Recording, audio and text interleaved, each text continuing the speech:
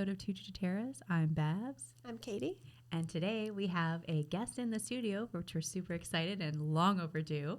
I'd like to introduce Melyssa Adams, and she's come all the way from Fredericton, New Brunswick to be with us today. And just a little bit about Melyssa is she is a second-degree black belt. She is the first female black belt east of Montreal. She's a co-owner and head coach of Synergy BJJ Fredericton, New Brunswick. Huge advocate and supporter of Women That Fight organization, and like 5,000 plus matches repped in various BJJ tournaments across the Maritime. So welcome. Thank you. Thank you so much for having me. It's great to finally be here. Yes. We wanted to bring you here and hear your story. I mean, you've been around the circuit for a long time, and you know, have a very successful jiu-jitsu club. So, I do, yes. Synergy's doing great, and yeah, it's a pretty fun place. So tell us your journey on the road to black belt. The road to black belt, my particular road to black belt, was long and convoluted, actually. I've been training for 17 years now. Wow. So, it's been a minute. And I really only got two of my belts under the same team. Okay. So I started in Nova Scotia at Abaya. You've heard of that club? Yep. And I was like a 3-year white belt, so it took me a long time to get through that beginning stage. And we were affiliated at the time with Vitor Shaolin Ribeiro in New York.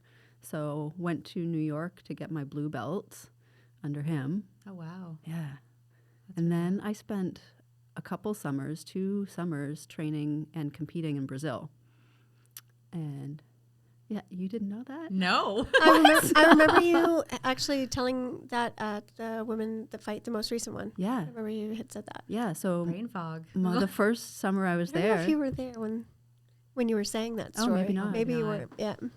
Yeah, I was there in 2011 okay. for 5 weeks that year. Competed in the Rio Open. And then the following year I went back, and I was only supposed to be there for 2 weeks, but I ended up getting a job. So I ended up staying for 6 months, competing and training. So I was a blue belt through all of that.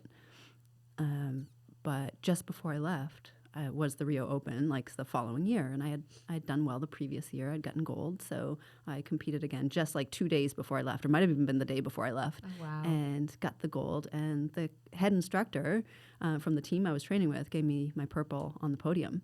Nice. Yeah. Oh, that would have been emotional. Oh, it was one of my favorite moments of life. It was so fun. It was so good.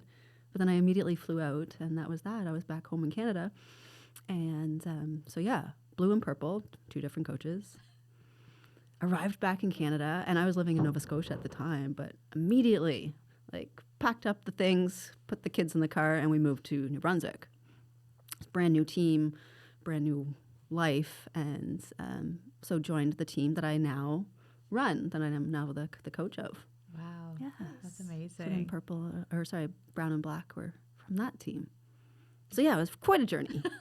Well, yeah, that's it. Years, that's the condensed version. I've known a few women that have moved and gone on to different clubs and maybe struggled a bit with that transition of leaving what they know and going somewhere new and having to learn their teammates all over again. What was your experience with that? I mean, I think it is hard. You get used to one style, and the way every club is a little bit different. And yeah, I think leaving Abaya was hard, but the team I trained at with in Brazil was amazing. Yeah, and I have a lot of nostalgia for that time in my life. I believe it. Yeah. And then moving to Fredericton, also the team that I joined, Synergy, that I'm now with, and they were amazing right from day one. So that's really cool. I don't know. Do you kind of pick and choose bits and pieces from your experiences at each club to ensure is kind of a part of your club now? Yeah, I think so. I mean, subconsciously probably, but yeah. Nice. What was your biggest challenges coming up in like through the ranks as a female in the jiu-jitsu community? My biggest challenge, Yeah. always being the smallest person. Okay. Always. So like when I compete at light feather, which is like 52 kilos. So not a super big human. So, and the majority of the people on the mats, I mean, you know that. It's a lot of bigger people. Yeah. It's harder to find training partners that are your own size. Was it also hard to find people in your category when you were competing, like when you were going to competition? Or I mean, way back when, in the very beginning, competing locally, no, because all the women we were all brand new. okay. And then when I started to travel to compete, like down to Brazil, there was always somebody in my division. So that was good. Yeah. Coming back here, that was when it was more of a challenge. Okay. Yeah. But now there's so many cool, like, great competitors in the local scene. So Yeah. yeah. Have you found that it's grown like since you've come back to like Nova Scotia to New Brunswick? Oh yeah, it's blown up in the last like decade or so, or even Seeing like a lot more women. yeah, Yeah. crazy A lot amount more of women. women competing. A lot more. Those divisions are getting really big. Like the amount of women on the mats at the local competitions, it's a lot. Yeah, that's fair. Yeah. Still want to see more though. Yep. Yeah. Yeah, get them out there for sure. Yeah.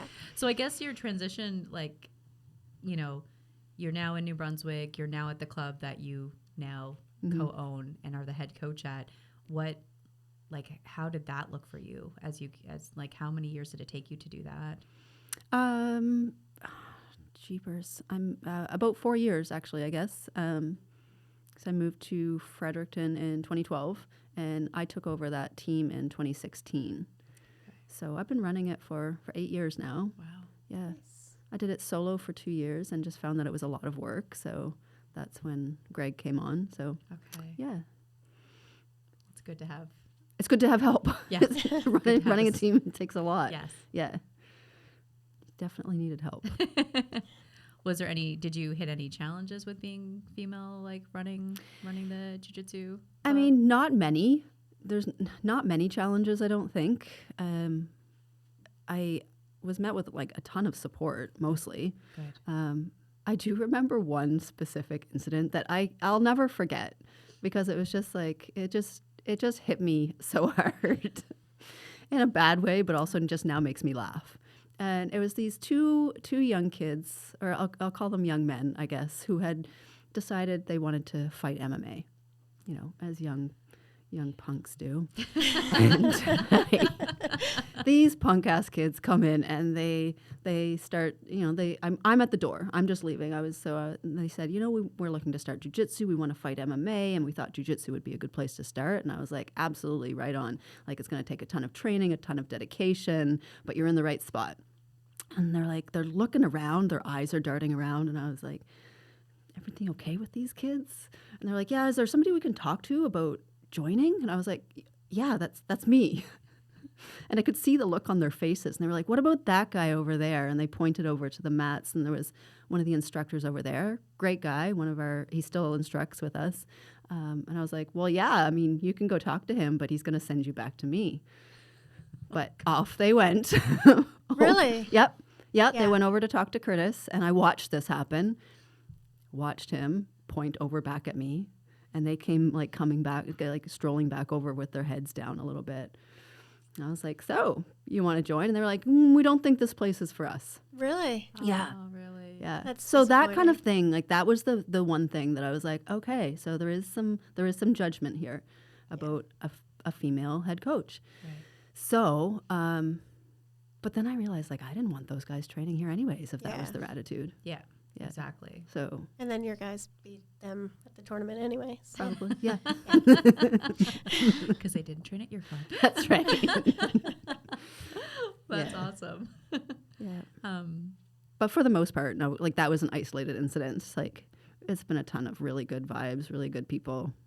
Yeah. Yeah. I noticed with MXT, you know, being a female instructor and being a smaller instructor, a lot of our head coaches are larger dudes. Mhm. And I don't teach often anymore, but when I do teach, a lot of it is very technical, and a lot of it, you know, and you do see people kind of light up and think like, oh, like that little tiny difference makes a huge change in my game. And so it's nice to have, I think it's nice to have different body sizes, because each person develops their game for their size, but like it kind of benefits everybody if you can pick and choose what appeals to you and what works for you. 100%. Yeah. And that's what I really love about our team, is that we do have several different instructors. So you get lots of different perspectives, and some of the guys are bigger, and then there's me. And then, people can really pick which things work for their body type best. Yeah. Yeah. That's awesome. Mm-hmm.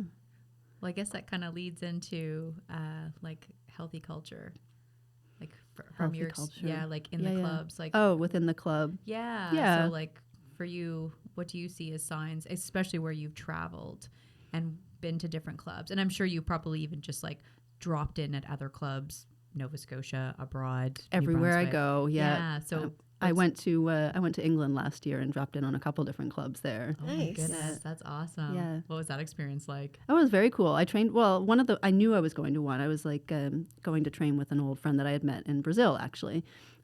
He lives there. And so I went to train at his school. But then I went and spent some time in London as well. I'm just like, you know what? I'm just going to drop in on this random club. I love it. It was super cool. I had Were a they ton of fun. welcoming? Oh yeah, That's yeah. awesome. They were great. Yeah. That's good. There's only been a very few schools that I've ever been to that weren't welcoming. Very few. Okay. And those were also like the same schools that I found the culture there was like, and something that I don't like in terms of jiu-jitsu culture is like very much a dictatorship. Like the ranks are really important, and you don't disrespect the black belts, and there's all these rules that they don't really even make any sense. Right. I mean, I think you should be able to learn from everybody. That's my philosophy. Okay. You can learn from the higher belts. You can learn something from somebody who's brand new if they have a unique perspective. So That's totally fair. I think that's part of what I think is a healthy culture. I think when I first, I was brand new to jiu-jitsu, and my husband was like, we got to go to Fredericton. Melyssa teaches there, and he wanted me to experience like a smaller female. And we went and we rolled, and then you rolled with Patrick. And I remember partway through the roll, you stopping him and saying, whoa, like big size difference, man, like cool it. I said that to him. Yes. Oh, no. And he like Patrick is aware of like the size difference, but I thought it was so important to, like, as a new person, hearing someone advocate for themselves and say like, whoa, whoa, whoa. Like, and you were nice about it. You weren't like Right. Okay. soft. But just stopping and saying like, whoa, whoa, whoa, like there's a size difference here, like go easy or wherever.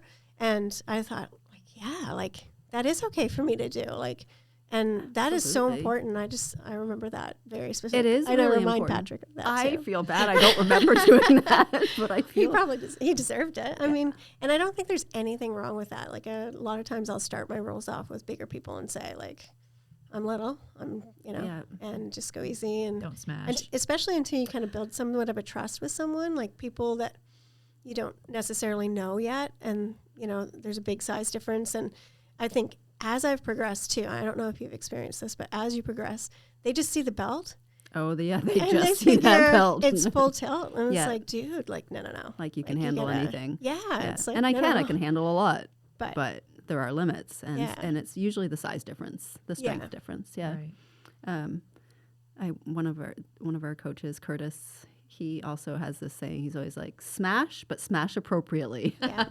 Like, I don't mind pressure. I don't mind pressure. You can kick my ass. I don't care, but do it with respect. Yeah. And don't Like, go, give me go time to hers. tap. Yeah, The give main me a thing, minute. like, yeah. That's fair. And give me a little space to work too. Yeah. And I don't always need that. Like sometimes bigger people sometimes the size difference doesn't matter so much, but sometimes it really does. Yeah.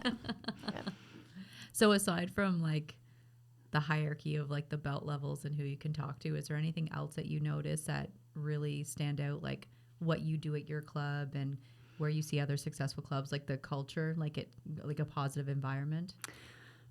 I don't know. I mean, I do encourage people to ask questions like from everybody. Like, how do you do it? Like, this is the way Melyssa taught me, for example, but how do you do it? Do you have anything else to add to that? And I think me asking the other black belts too, that shows people that you can ask other people's opinion. But aside from that, like aside from actually like coaching and technique, I think a good thing, contributing factor, I guess, to positive culture is doing things outside the club. And that's not for everybody, Right. but like we do team events that are outside the club. Like this summer we went on a bike ride. I don't know, not the whole team, but like 15 of us. Oh, that's cool. And we do things like that. I like that. Yeah. I like that too. And then it's like, just solidifies the team aspect. Nice. Yeah. Fair. Yeah, I know when Max is home, we usually try to go out and have like dinner together or something. Usually we go to Cask. Okay. Cask and Kettle. But Oh, yeah. I mean, we also go for team beers. yeah. Super healthy, right? Right after training. Well, you did all the workouts. I did so all you can- that work. You can take in the carbs. Yep. That's totally fine. Well, that's good. That's interesting. Yeah, because it is true. Like some clubs are very. I think that was one thing I was nervous about starting jiu-jitsu was like the hierarchy of where you stand, who you can talk to, what questions can you ask questions, like who do you roll with, like that kind of stuff can be very intimidating. So It can, but Yeah. I really like the hierarchy of the jiu-jitsu, the ranks, like the belts. I think it's bullshit. Oops, am I allowed to say that? Yes. we just put explicit on there a few Okay. squares. Because seriously, like, why? Just I guess, I mean, you've been, like, you've earned your right to be in a certain spot in the line, but, like, Right. yeah. You don't get bent out of shape over Oh, it. no. Like it's, yeah. Oh, that's not true. That is not true at all. I have my spot to roll on the mats. Like, this is my spot. And when people roll, like, coming towards me, I'm like, I'm not moving. And you've earned that. I have earned that. Okay, so I take it back. That is like kind of a culture with some gyms too. Is like the higher, like the lower belts move for the bigger belts. Yeah, like which you I know. think is sure. I think that's kind of fair. But To an again, I mean, if I'm going to say I don't believe in the rules of the hierarchy, then I shouldn't subscribe to that at all. Well, no, I know there's been even times where when you approach someone, like, we all like shake everybody's hand when you're coming into the club, like could be half rolling and you'd kind of wait. But who you actually go to. So if you're standing there and there's a blue belt and a purple belt, like you'd shake the purple belt's hand first and then the blue belt. Mm-hmm. Like there's been stuff where okay. I've literally screwed that up. And in my head the whole time I'm like, I did that wrong. Oh no. Like faux pas, Faux like pas, yeah. Even though I'm like, I shook Are they everyone's judging me hand. now? Yes, Yeah. yes. Did I disrespect? Whereas, maybe my coach was talking and then I shook the brown belt, and then him like next, and I'm like, oh, I wonder if that's a tick against me. It's probably not. No, but other people have, depending on where you've been, like they say, like don't do this kind of thing. Yeah, absolutely, For sure. So I guess for you and Greg, like you guys co-running it, is there anything that I guess with the culture it's like hard line, these are things we do, these are the things we don't do? I know you kind of said like I mean, we do some of it. Like we line up in order of rank at the end of class. We do our bow out. Like not all clubs do that. We line up to pick partners. okay. So yeah, we do a few of those more traditional things, but not a lot. I don't think. No. I don't know. So when you line up to pick partners, like the topper, like the higher ranks pick who they want The to higher go with ranks pick first, but actually because of being female and the coach, I always let the females pick first. Oh, I love that. Yeah, so women pick first so they can pick somebody that they feel safe with. Yeah, If they don't know, I pair them up with somebody who I know is safe for them. nice. And then I like that. the black belts pick and then we go down. yeah, I like 'cause that. That's we don't experience that. Ours is just kind of a Free for all. people kind of like, I know before we line up like Kinda- okay. Yeah, it's you kind of kinda look wink at them, you're across like the a room. little wink. right. You my dance partner. Yeah, but I think the women should pick first I like that. because Yeah. we have a little bit of an element that I think the men don't understand of like our safety. Yeah. Not that they're not conscious of it or respectful of it, but they just don't know what it's like. That's Yeah. fair. Yeah. Yeah. We have a new female started at our club, and like I kind of like even if I'm not necessarily the person that's partnered with them, I'll kind of go over and say like these are my favorite people you're safe with. Yeah. Like this guy. Well, you did that for me. when I Don't was roll Yeah. with that guy. Yeah. There's only like maybe one or two Yeah. Yeah. that I would ever be like, no. Don't. Yeah. Right. But Yeah. But know. there's also my favorites for the, new females, like Mitch and Alex and Grant and Patrick Tim. are, And Tim, yeah. And there's also some who are good for some people, but not good for others. Yeah, So like, totally Yeah. fair. Yeah. like brand new young white belt men, they tend to be, they're just going in there with some aggression and strength. Yeah. And like, I like those roles. I find them very entertaining. But like, I wouldn't put one of my new women with Right. with that person. That's totally fair. You know. Because you can school them. Like, listen, Well, in settle theory, down a yes. little. Settle down. Yeah. Heel hook. Bam. Yeah. We don't need to ask you what your favorite move is. Yeah. No. That's still- Everybody knows. That still terrifies me. Your seminar, I was still like, The heel hook seminar. You didn't like that? oh, it was loved so it. terrifying.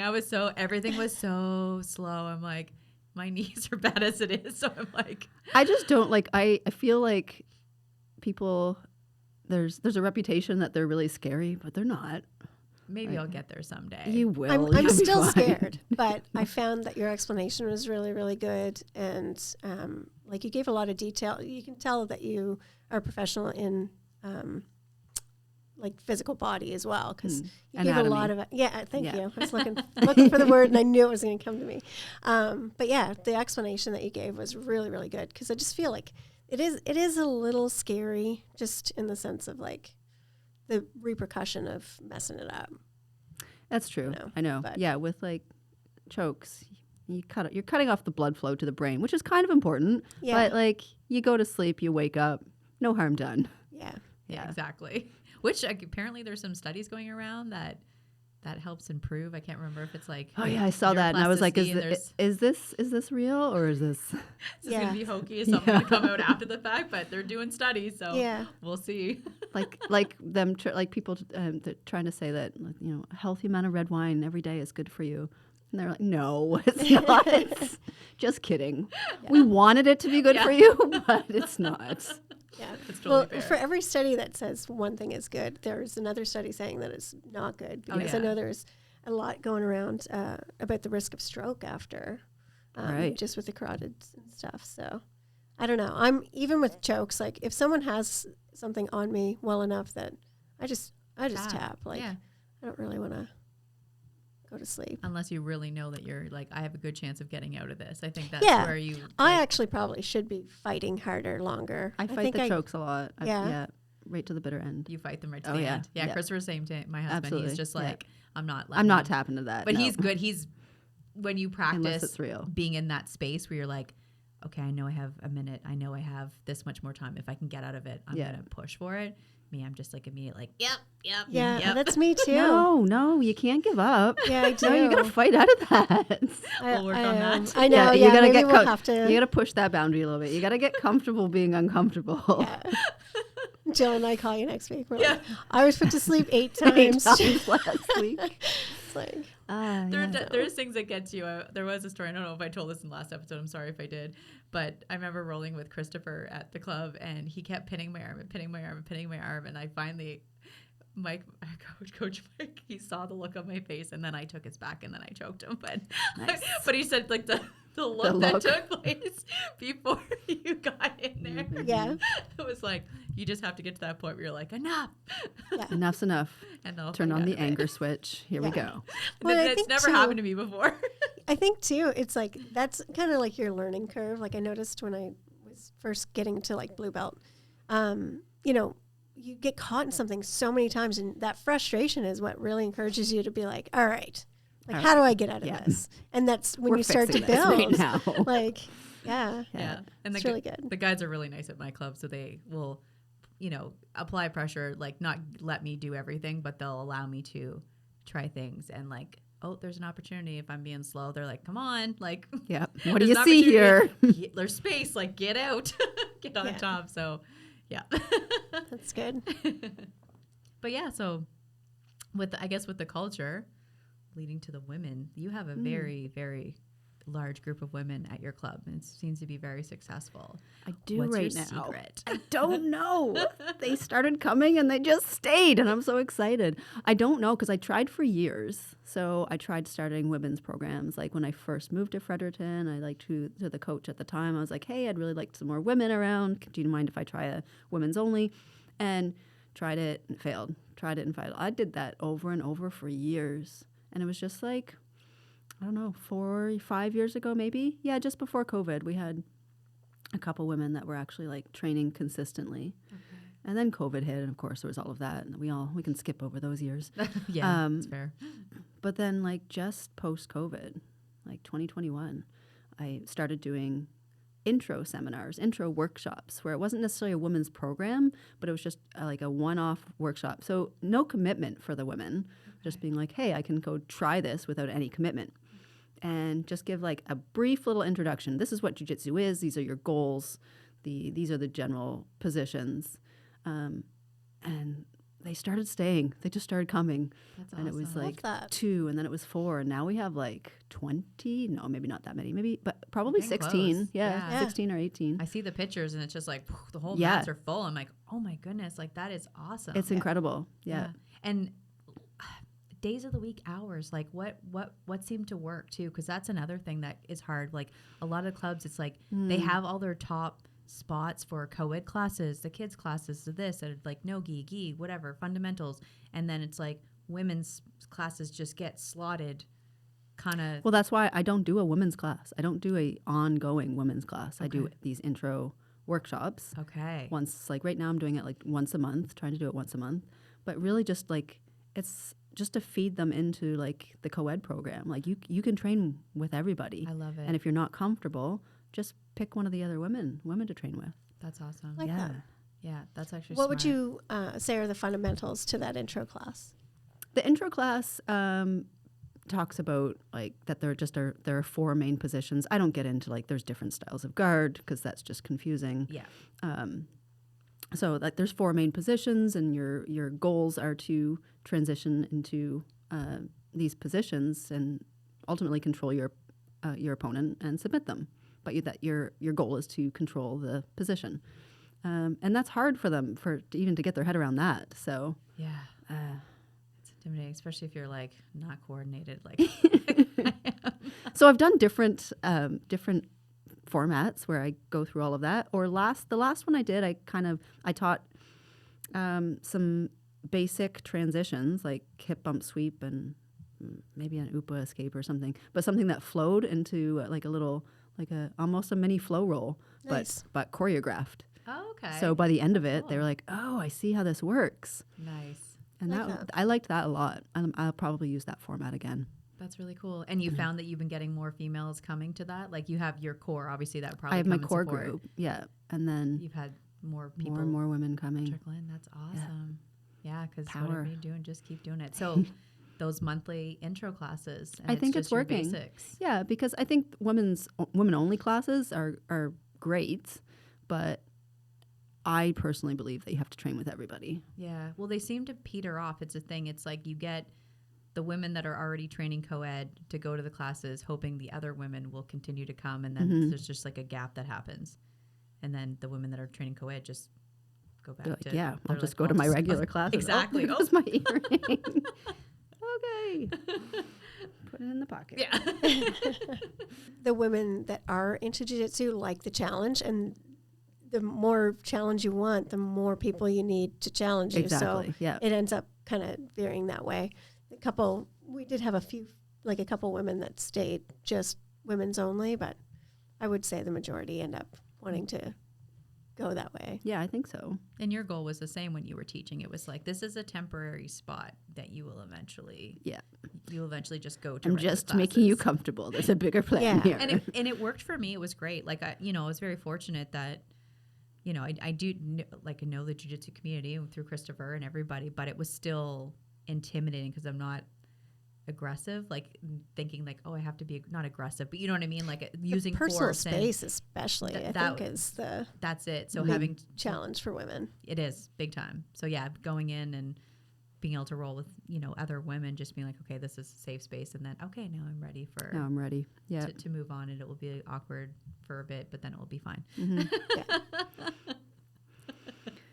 Totally agreed. That's awesome. Well, that's good. That's really, I think that's the big thing that you see probably, and you probably have seen in the past, like in Nova Scotia, like what was the women's, way back when, how was the women's presence there? I don't remember. I had a like my favorite training partner. Her name was also Melyssa. Nice. That we started jiu-jitsu at the same time. So Oh, she cool. was my jiu-jitsu bestie for a long time.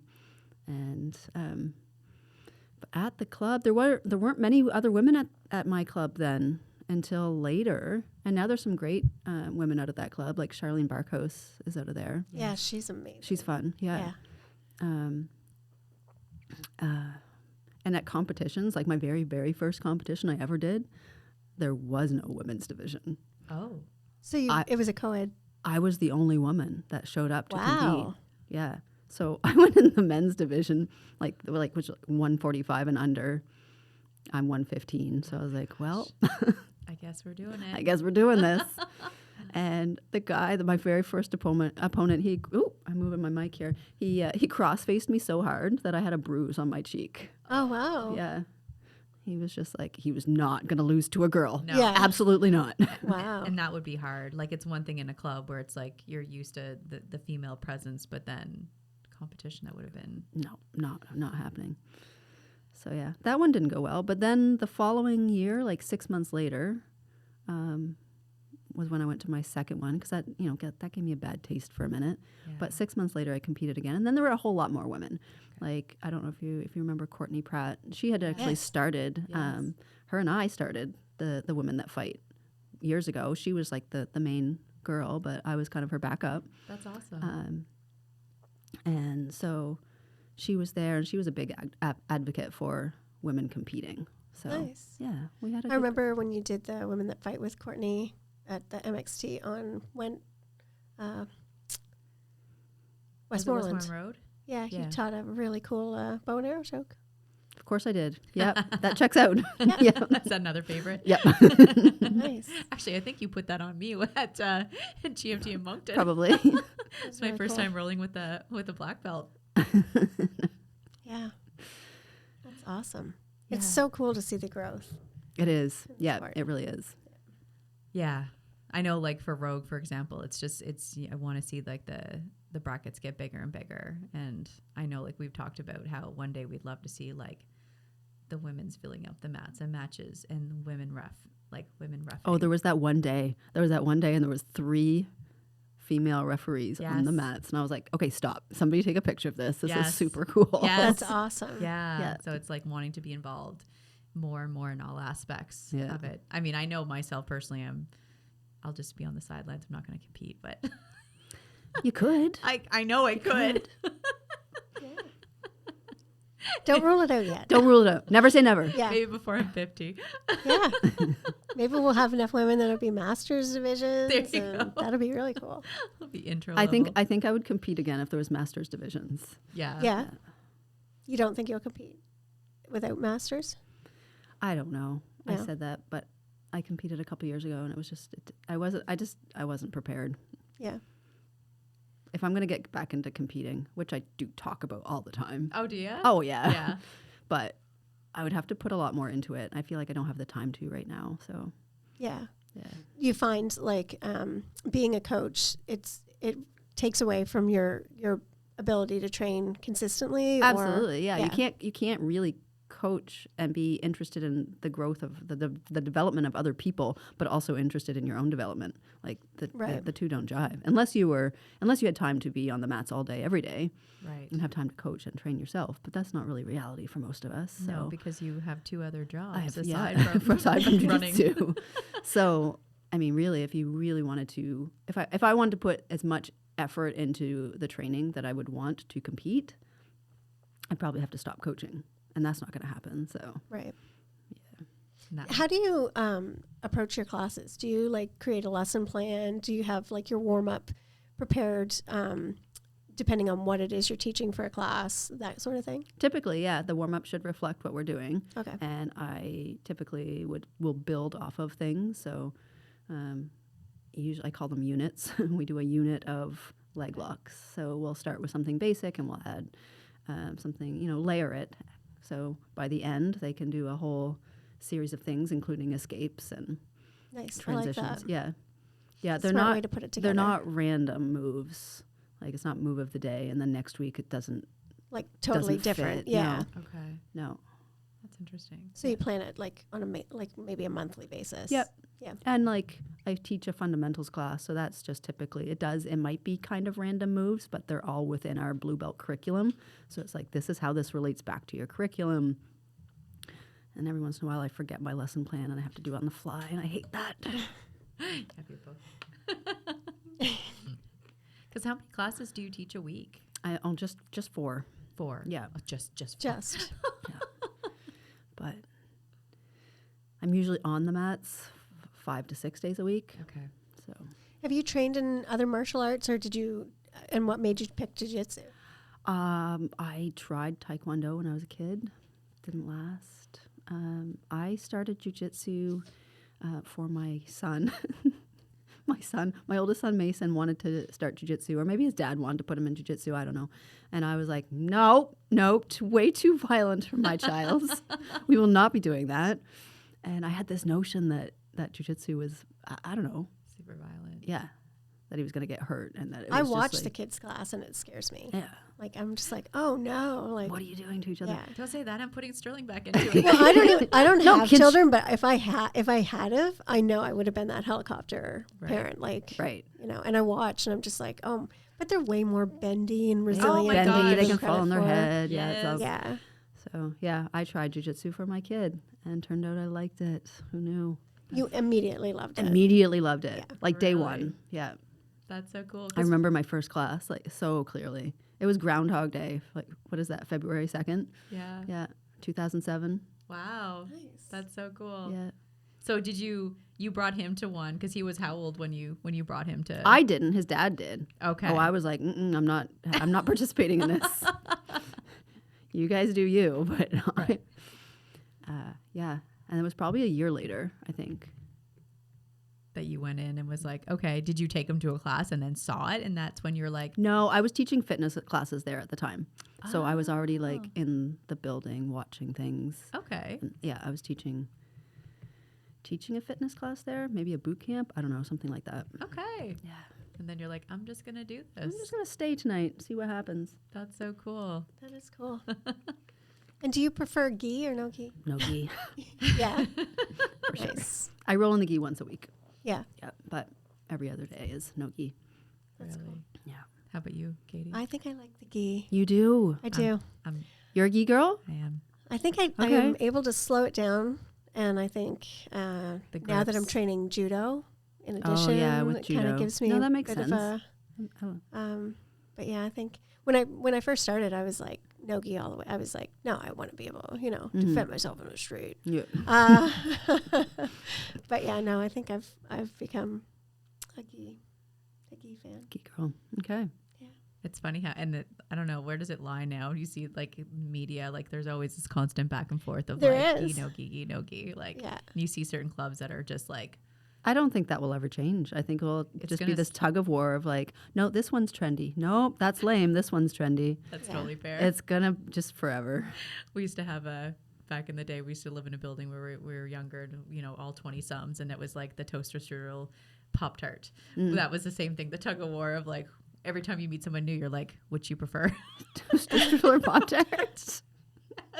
Okay. Completely random, but it was That's always like, one way to categorize. Does anyone pick Pop-Tart? Because I'm strudel all Yes, the way. Like same. strudel is like a it was like, pastry. It's like a it delicacy. would slide 60-40, and it was always Really? this tug where you'd meet new people, and all of a sudden they were like, Pop-Tarts all the way, and you're like, no, and then like, wow. I don't even have an opinion on that one.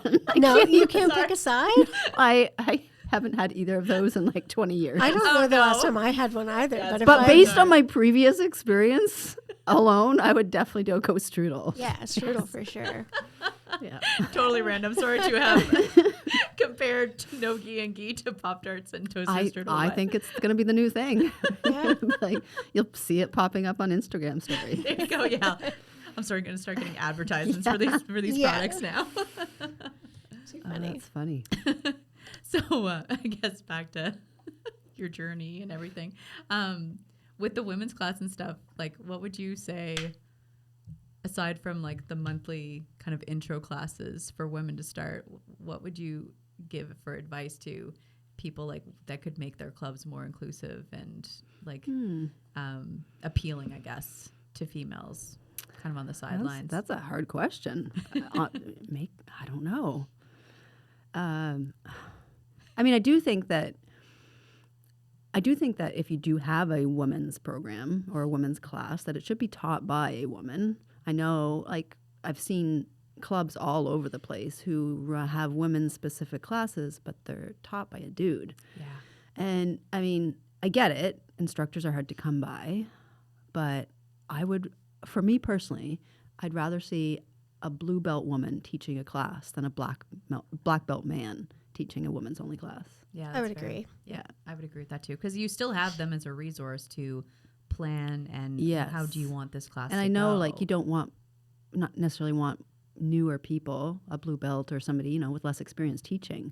But if that's your goal, is to make women feel comfortable, put a female instructor in there. Yeah. I think not only that, but I think it's the idea that women have the ability to teach, and it's like it's giving a woman an opportunity in a space that is male dominated. So it's like, you know, acknowledging that women are competent and capable, and you know, I think when male teachers have higher ranking females in their class and they're not allowing that, it's detrimental. It is, for sure. Personally, Yeah. that's my thought. Yeah, no, I 100% agree. If it's going to be female classes, it should be female driven. Like it should be females in We there. have enough obstacles in this world. Right. Like, we don't need another one. Exactly. No, that's totally fair. Well, that's good. Sorry, men, to the male listeners. I'm not sorry. We love you all. Not sorry. And I guess, yeah, so aside from that, is there anything else that you would give, whether it be to the people the males that go to the clubs, or like Oh, I don't know. I mean, I guess, don't take offense if a woman says no to a role, because I know that happens. And okay. you know, I watched it happen just the other day. One of our female students said no to a guy who asked her to roll. And I could see the look on his face, like, why? What's wrong? And, you know, it's nothing wrong. She doesn't want to roll with you. It's okay. Yeah. And again, that just goes back to we love the dudes, but they just don't understand what we go through. That's fair. Yeah. Yeah, depending on his style and Yeah. what she's looking for that day in her Exactly. training and Out stuff of her, too. yeah, what she needs out of that role. Which is kind All of of funny that. because men to men would be like, no, dude, I'm not rolling with you because I know you're like, Because you're spazzy. you're a loose cannon, and I just want to have the easy roll because I've rolled 3 rounds, and and they wouldn't think anything of it. Okay, cool, man. Like it's funny how it's different that way. Different dynamics, yeah. Yeah, yeah, that's totally fair. I'm sure as women, it's intimidating. Like, I was always the one that when we were at the same club together. I mean, you would always pick for me. You're like, she would direct me. You're Mitch, Alex, like you're rolling with Jillian, like that kind of thing. Because I was so timid. I would just kind of be there, and then there were times where I did sit out because like none of like the men are intimidated to be like, hey, do you want to roll? Especially in our club, it was such a big club. Yeah. There were so many people where you just kind of get lost in the crowd. Where Yeah, I never want to see a woman sitting out of a role because they're just uncomfortable to ask for a partner. So, I'll oftentimes will try and pair them up until they get comfortable. And then, if you want to sit out a role, that's one thing. But I want to see women participating and taking up space and feeling comfortable taking up space. And absolutely. I know for me, like at the club I'm at now, it's such a close-knit group that someone's always gonna be like, hey, like yeah, male you or kind of female. know who you're going to roll with beforehand. It doesn't really matter. Like someone's gonna roll, unless you're like the look on your face says like, I am not rolling this round. I'm sitting this one out. It's pretty evident that I'm like, whew, I'm gonna sit down. But the only thing I always felt bad was when women felt like they had to pair up with me as a partner, like if Christopher wasn't there, and I'm like, you don't have to, like it's okay. I don't want you to feel like you can't get out of your training. I gotta go with the new girl. Gotta go with the new girl, right? But that's a good thing. No, I know it was nice, but I would like say like it's okay. You don't like if you don't if you were here for a different reason, especially like Tori, Right? she was Who so wants, she was she so needs hard wonderful. rolls, yeah. And she was always great with me, like very respectful. But then I know she's training for all these competitions, and I'm like, as a don't competitor, get stuck with me, like like you don't have to. Like I appreciate it. That I'd always tell her. She's like, no, it's all good. But there was that guilt because, you know, when there are active people that are getting something specific out of their training, whereas for me, it was like a lifestyle. I want to get out, move my body, be in the community. I'm not here to like. Well, that holds true for women or men, because I remember for years apologizing if some poor guy was paired up with me. I'm like, I'm so sorry. Really? Yeah, because I thought they weren't getting anything out of the role. And that I was like wasting their time. Oh my god. They're like, wasted that one. Oh. I had that experience just recently. I've got a bum shoulder, and I don't mind taking Pat away from, like he's mine, so He's mine. sacrifice. But if like there was a female that showed up and she's new to our club, and I wanted to make her feel welcome, but I just kind of gave her the heads up, like if you want to opt out and grab someone that's going to be a harder role tonight, feel free. Or she still went with me. So, but I think that goes back to like again, like just feeling comfortable with that communication of telling someone like you're going too hard, or listen, like I'm not going to be going hard today. I've got some issues going on, like, and just communicating and having a good, you know. Yeah. I have been in that position before, and it wasn't with other. It wasn't with women, like white belt women but it was with the coach that I had that was constantly like, oh, there's a new girl, like get her. And it was like, man, like, Yeah. I really want to advance. Right. And I'm, you know, I need to roll tonight. I need to roll You're always hard. doing this to me. Like, Yeah. can you be aware of that? Because, you know, it's unfair. Sarah and I talked about that as well. Like, once you start to kind of get up there, you know, you want to advance too. And so it's not fair to constantly sacrifice your higher female to the brand new person that comes in every class. So, that conversation had to happen. And, you know, but I wouldn't make you feel bad. I would never want to, like a girl, if someone approached me and was like, hey, like, you know, I'm new, I'm really nervous. Like, do you mind being my partner? Like, obviously. But yeah. But you'd want to match them up with other people too, so like they weren't dependent on you every single time like they came to class. It was like, I'll be there for support, but feel comfortable kind of getting out there. Which another thing is growing the female numbers. That would solve you just so need much. to get more women on the mats. Moral of story. Right. In conclusion, we have decided. Which I've got one that I work with, a coworker that I'm still trying to convince her to come. So I'm gonna wear her down. I think I'm gonna get her to come. Yeah. Nice. That's good. So I'll be one to the one to the group. It does help. Like when you said that when you started with someone else, and when I started, I was lucky enough. Trinda had just gotten her blue belt shortly after I'd started jiu-jitsu, and she kind of took me under her wing. Oh, nice. So it's nice. It's nice when you get that mashup, but it is nice to encourage that co-ed class too, because absolutely, if you're going to continue on and like actually get some growth from it, you'll need to go to the co-ed classes for sure. Yeah, that's fair. Because then it's a whole different energy dynamic, body shapes and sizes, skill, like just depending on what you're looking for. Yeah, I know. And I think the self-defense aspect makes sense too, because now it's real live. Like, I mean, you know, if you're always with a female partner, and ultimately men are usually the people that attack us, so it's good to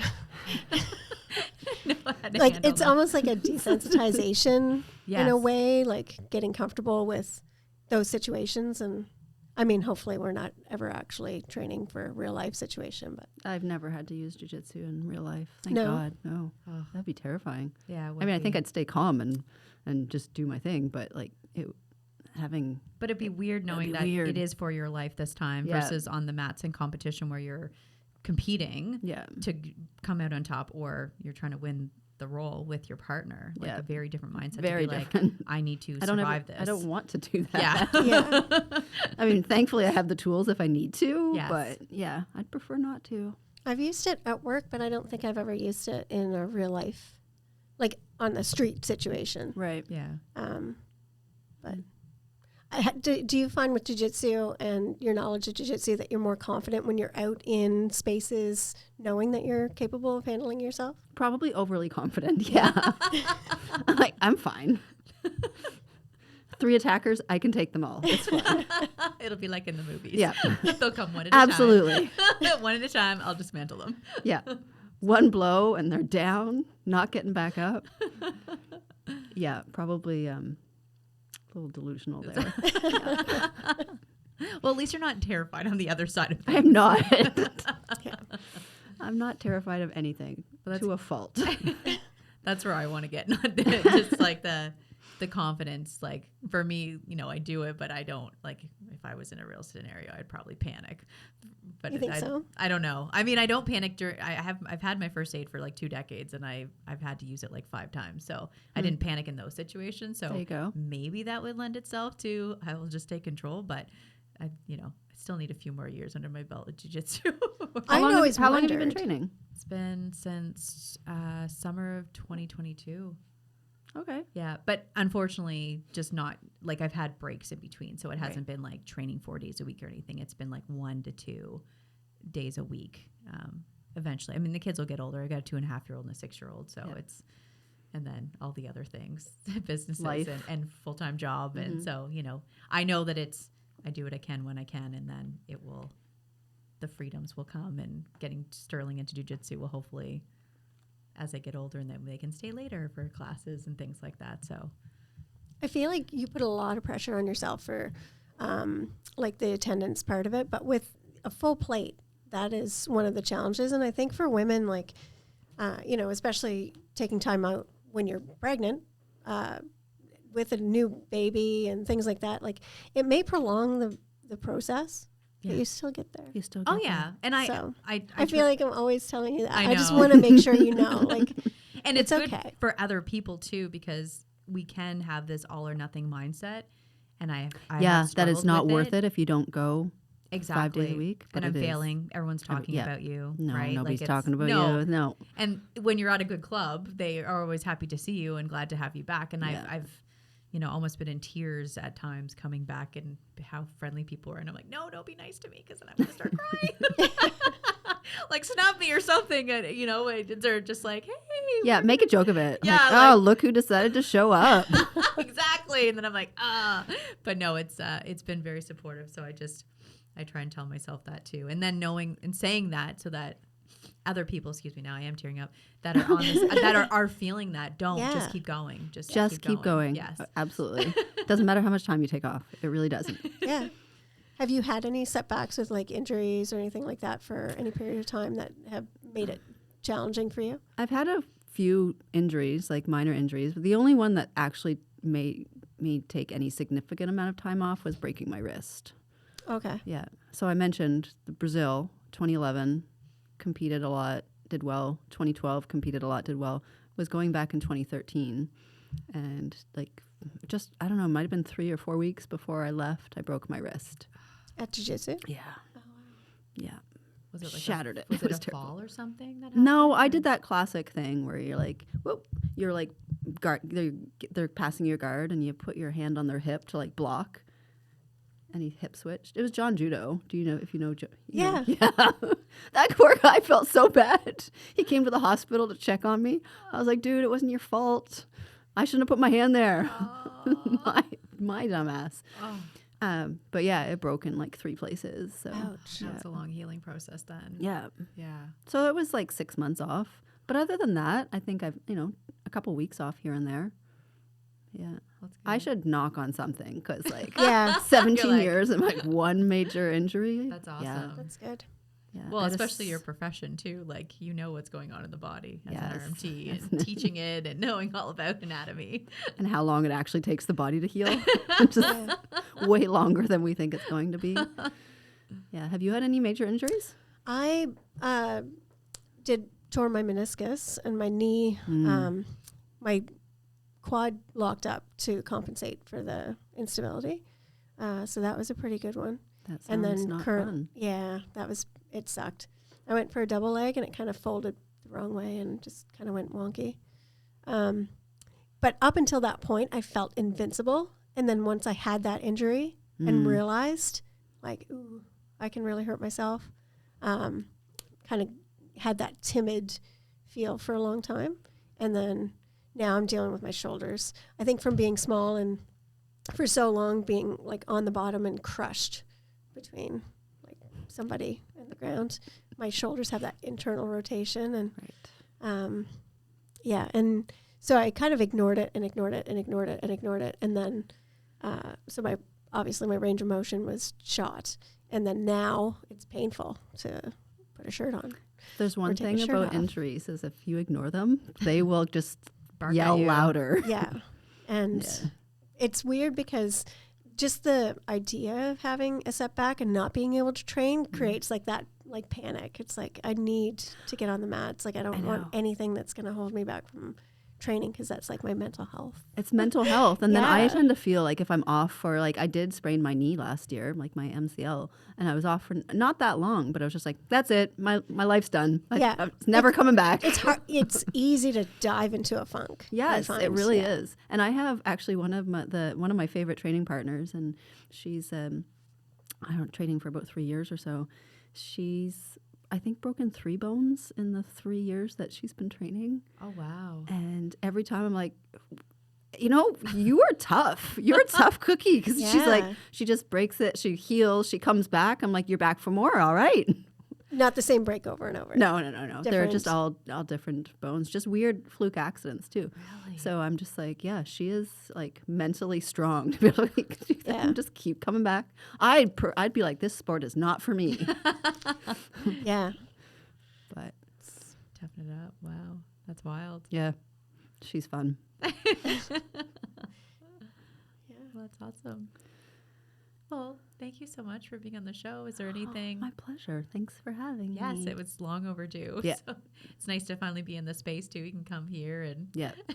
Yeah, it's Come been back great. and And visit. next time I'm bringing gear and we'll roll Sweet. first. yes. Or Awesome. maybe we'll roll afterwards.